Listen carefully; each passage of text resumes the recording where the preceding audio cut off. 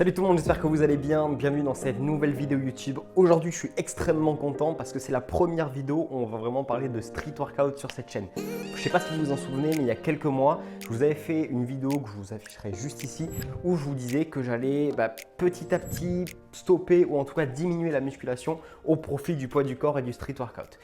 Étant donné les conditions dans lesquelles on est actuellement, vous vous doutez bien que j'ai pu bien penser mes figures de street workout et au vu des réactions que j'ai pu avoir sur Instagram ou via des petits questionnaires que je vous ai envoyés, vous êtes nombreux à vous demander comment on peut faire telle et telle figure. Donc j'ai décidé aujourd'hui de vous faire une espèce de petit guide du débutant où je vais vous montrer 3 figures assez simples que vous pouvez arriver à avoir en très peu de temps pour vous permettre de commencer à faire du street workout à la maison sans forcément avoir de matériel pendant du coup cette durée du confinement et même après le temps que les salles de sport rouvrent si c'est quelque chose qui peut vous plaire. Ce que je vais essayer de vous faire dans cette vidéo, c'est vraiment de vous montrer étape par étape comment partir du point 0 et acquérir petit à petit la figure en forme parfaite. Aujourd'hui, je me suis dit qu'on allait voir donc 3 figures que je trouve accessibles à tout le monde, une vraiment très simple, une intermédiaire et une qui commence un petit peu à être compliquée.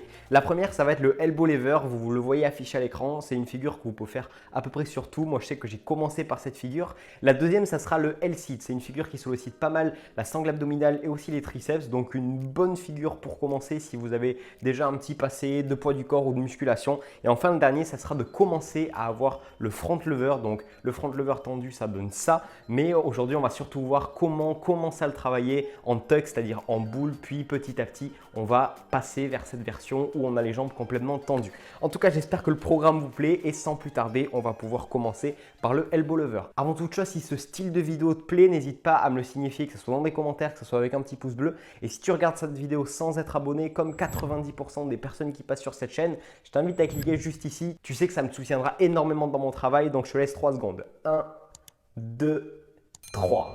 Ok, donc pour bien animer cette vidéo, je t'ai tourné des petits passages pour directement parler par-dessus avec cette voix off. Donc on va commencer par le elbow lever. La chose la plus compliquée avec le elbow lever, c'est vraiment de comprendre la position des coudes. Une fois que tu as compris ça, tu peux l'avoir aujourd'hui. Si tu regardes cette vidéo, tu peux pendant 1 heure t'entraîner et à la fin avoir ton elbow lever.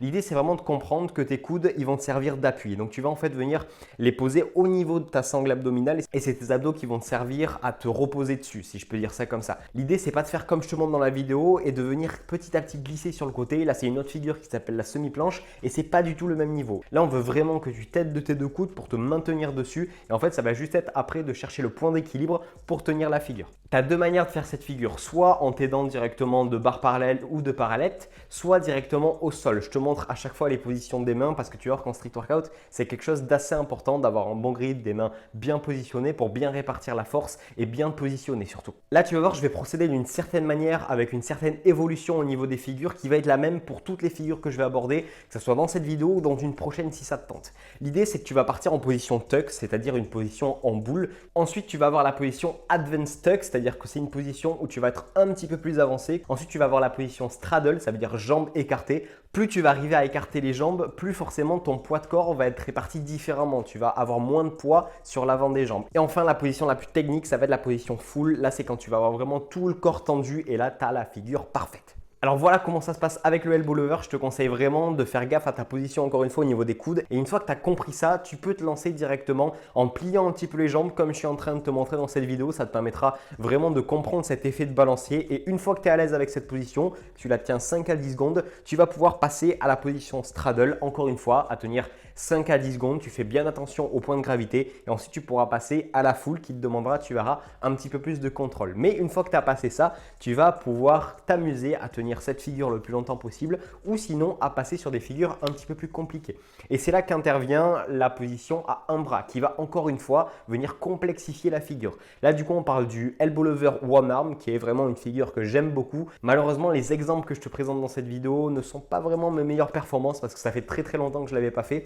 Mais voilà un petit peu comment tu peux essayer de l'avoir. L'idée c'est vraiment de te séparer d'une de tes 2 mains, de la mettre un petit peu plus loin, qu'elle te serve juste de point d'appui et après tu peux très bien passer sur 2 doigts, un doigt et après essayer de lâcher pour rester en équilibre et avoir ta figure. Ensuite, une figure aussi que tu peux travailler à partir du elbow lever, c'est la tuck planche pour un jour arriver au Saint Graal, la full planche. C'est une figure que je te conseille de démarrer dès le départ parce que c'est une figure qu'il faut juste bosser, bosser et bosser pour un jour pouvoir la maîtriser. Donc personnellement, je suis en train de te faire un challenge 30 jours pour avoir une belle straddle planche, donc planche les jambes écartées si tu as bien suivi. Et là en fait, je te montre comment réaliser ta première tuck planche. Donc l'idée c'est vraiment d'avoir les bras hyper tendus qui t'amènent un petit peu vers l'avant et d'avoir vraiment cette position de boule et ensuite pouvoir passer, si tu as bien suivi, à une advance, une straddle et après une full planche. Au niveau des prérequis pour faire le elbow lever, je ne sais pas trop quoi te dire parce que je t'avoue que c'était ma première figure et à cette époque-là, tu peux voir que j'étais pas bien musclé. Donc, quel prérequis il te faut? Je te dirais que si tu arrives à faire déjà 10 pompes assez clean où la poitrine vient toucher par terre, tu peux déjà commencer à pouvoir travailler cette figure sans aucun souci. Deuxième figure, on va parler du L-sit. Cette figure, en la voyant comme ça, tu te dis que tout le monde peut la maîtriser, mais tu vas voir que c'est autre chose si tu essaies de la faire en même temps que cette vidéo. Attention à ne pas te faire mal quand même. Au niveau des prérequis pour cette figure, je peux te conseiller de savoir faire quelques relevés de jambes, on va dire une dizaine, soit sur des barres parallèles, soit entre deux chaises. Avoir une souplesse qui te permette au moins d'amener tes jambes jusqu'à l'équerre pour au moins avoir la bonne forme pour la figure. Et enfin, de pouvoir faire quelques dips parce que tu vas voir que mine de rien, ça travaille plutôt pas mal sur les triceps. Au niveau de la position des mains, si tu travailles au sol, tu vas voir que c'est assez compliqué parce que tu n'auras pas assez de hauteur pour bien surélever. Et en fait, si tu prends des vidéos ou des photos, tu verras qu'on dirait presque que tu touches le sol. Donc, je te conseille soit d'investir dans des parallettes et là du coup tu as juste à les saisir à peu près au même niveau que tes épaules ou dans des plus grosses barres comme je peux avoir ici. Encore une fois, le même cheminement pour arriver à maîtriser la figure. Après, pour cette figure, tu peux aussi essayer de faire des espèces de petits balancements où tu viens amener ta jambe puis la maintenir à l'équerre. Là, je te conseille de prendre le chemin initial, c'est-à-dire de commencer par un L-sit en mode tuck, c'est-à-dire que tu viens vraiment former une boule en te suspendant juste avec tes bras. Donc là, c'est vraiment les triceps qui vont prendre et tu vas vite comprendre pourquoi je te dis que c'est important de savoir faire des dips. Ensuite, tu peux passer à l'advance L-sit du coup où tu vas venir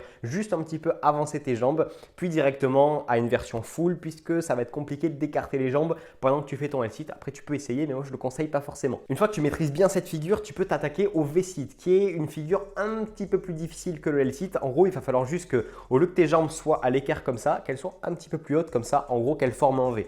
Pour t'illustrer ça, moi je ne le maîtrise pas, donc je t'ai juste montré l'exercice que je t'ai dit tout à l'heure pour le L-sit, mais en mode V-sit, c'est-à-dire que je vais envoyer mes jambes à la position où elles doivent être et je vais m'entraîner à essayer de maintenir ou en tout cas de ralentir la descente pour petit à petit essayer de maîtriser la figure. Encore une fois, c'est juste un process de répétition en street workout. Enfin, nous voilà sur la dernière figure, le front lever, qui est vraiment une des figures que j'aime le plus et une figure que j'ai eue, que je n'ai plus eu parce que oui, le street workout, c'est un sport où il faut entretenir. C'est-à-dire que si une figure, vous ne la bossez pas pendant 6 mois, 1 an, vous ne l'aurez plus, vous allez reprendre à zéro.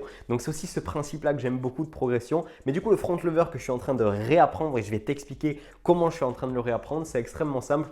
Comme à chaque fois, et je vais encore me répéter, quelque chose d'important, ça va être la position de tes poignets. Donc, je te le montre juste maintenant. En gros, il ne faut pas que tes mains soient en dessous de la barre. Il faut vraiment qu'elles soient au-dessus, donc vraiment avec un grip assez serré. Et je te conseille de prendre ton pouce et en fait de ne pas le mettre avec le reste de tes doigts. Tu vas comprendre au niveau de la vidéo, mais ça te permettra, en tout cas de mon côté, je le sens, c'est plus stable. Après, fais comme tu veux. Au niveau des prérequis pour cette figure, je te conseille d'avoir une condition physique qui est plutôt pas mal, on va dire. Au moins, savoir faire des pompes, des tractions, des dips, bref, les trucs de base. Avoir une sangle abdominale qui va être bien gainée parce que tu vas voir que c'est surtout là que ça va taper. Donc encore une fois, tu l'as compris, on va passer par ce même processus. Donc on va commencer avec un tuck front lever et un exercice que tu peux ajouter au tuck front lever, c'est des tractions en front lever en version tuck. Comme je suis en train de te le montrer, c'est vraiment un exercice qui te permettra de renforcer ton front et du coup de pouvoir passer à des versions un petit peu plus compliquées. Ensuite, une fois que tu maîtrises bien ton front lever en position tuck, tu vas pouvoir passer à la position advance. Donc là, pour le coup, je vais te montrer ce qu'il ne faut pas faire. Alors déjà, je te conseille de t'aider d'un élastique et de le mettre comme moi parce que ça va vraiment beaucoup t'aider pour progresser dans cette figure. Parce que j'ai tendance à dire que pour progresser au mieux dans les figures, c'est bien de faire tout ce cheminement, mais c'est aussi super de te renforcer dans la position finale. Donc personnellement, en ce moment,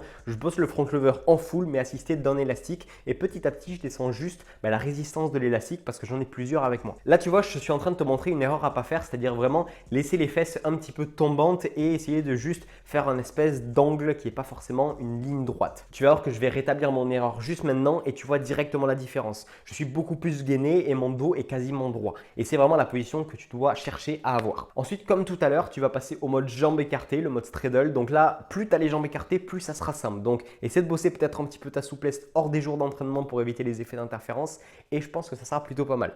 Et ensuite, une fois que tu te sens assez chaud, tu peux passer en full. Bon là, encore une fois, je suis en train de te montrer avec l'élastique, mais le but ultime, tu te doutes bien, c'est d'avoir un front lever sans l'élastique en full et de pouvoir le tenir le maximum de temps bien sûr.